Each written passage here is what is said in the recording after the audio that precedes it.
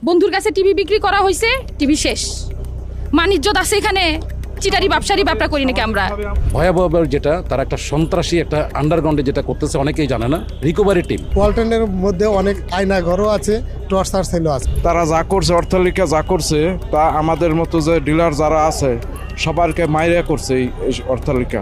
পরে ওনারা বললো না, আপনারা মামলা করব না, মামলা ছাড়া বহুত কিছু করার আছে, অনেক কিছু করা যায়, আপনারা অন্যভাবে সিস্টেম করব।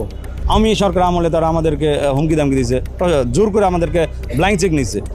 একসাথে থাকতে পারি জেলখানায়, এই দুযুগের থেকে জেলখানা অনেক ভালো। আমি একটা ডিলার, আমাকে আপনি চালানে 18% দিচ্ছেন, তাহলে আমি লাভটা করবো কি? আপনি তো ডিক্লারেশন দিয়ে দিলেন ছাড়ার জন্য। ওয়ালটন আমাদের পণ্য, আমাদের পণ্য সেজে আমাদের জন্যই অদ্ভুত অভিনব এক প্রতারণার ফাঁদ তৈরি করেছে আমাদের ওয়ালটন। মেড ইন বাংলাদেশ নাম দিয়ে নিম্নমানের চায়না পণ্যকে আমাদের পণ্য বলে প্রতারণাটা চলছে আমাদের সাথেই। আমি ওয়ালটন পণ্য ব্যবহার করতেছি আজ থেকে 7-8 বছর হয়েছে, বাট কিন্তু মাছ মাংস রাখার পর ভালো থাকে না। কোনো কোনো ফ্রিজ নষ্ট হয়, তারপর হচ্ছে গন্ধ হয়ে যায়, আইস কম হয়। ফ্রিজের দিক দিয়ে আমাদের কোম্পানিরও একটা ফ্রিজ আছে, একটু সমস্যা আছে, ফ্রিজের দিক দিয়ে একটু সমস্যা। কথায় আছে সস্তার 3 অবস্থা, কিন্তু ওয়ালটনের মানহীন পণ্যই বিক্রি হচ্ছে অনেক দাম দিয়ে। 890 টাকা, এটা পাইছিল 49,890 টাকা, এটা পাইছিল 49,890 টাকা, 320 টাকা, 70,000 টাকা।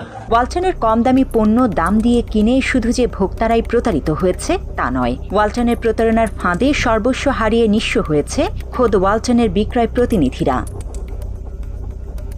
মাত্র 30% টাকায় জমির মালিক হয়ে নতুন বাংলাদেশের গড়ে তোলার স্বপ্ন দেখা বাংলা বসতি। এরা সবাই ওয়ালটনের বিক্রয় প্রতিনিধি। এরাই মূলত সারা দেশে ওয়ালটনের পণ্য ভোক্তাদের হাতে তুলে দেয়, অথচ তারাই আজ ওয়ালটনের বিরুদ্ধে ভয়ঙ্কর সব অভিযোগ নিয়ে হাজির হয়েছে বাংলা এডিশনের কাছে।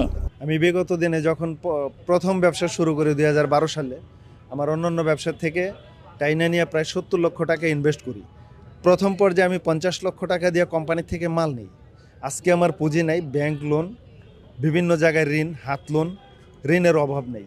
অথচ কোম্পানিও আমার প্রতি একটা প্রেশার দিতেছে আর বলতেছে যে আপনি যদি এখন মাল না নেন, ব্যবসা না করেন, আপনাকে রিকভারি টিমে দেওয়া হবে, মামলা দেওয়া হবে, তো ব্যবসা চালায় যান। তো এখন আমি ব্যবসা কিভাবে চালাবো?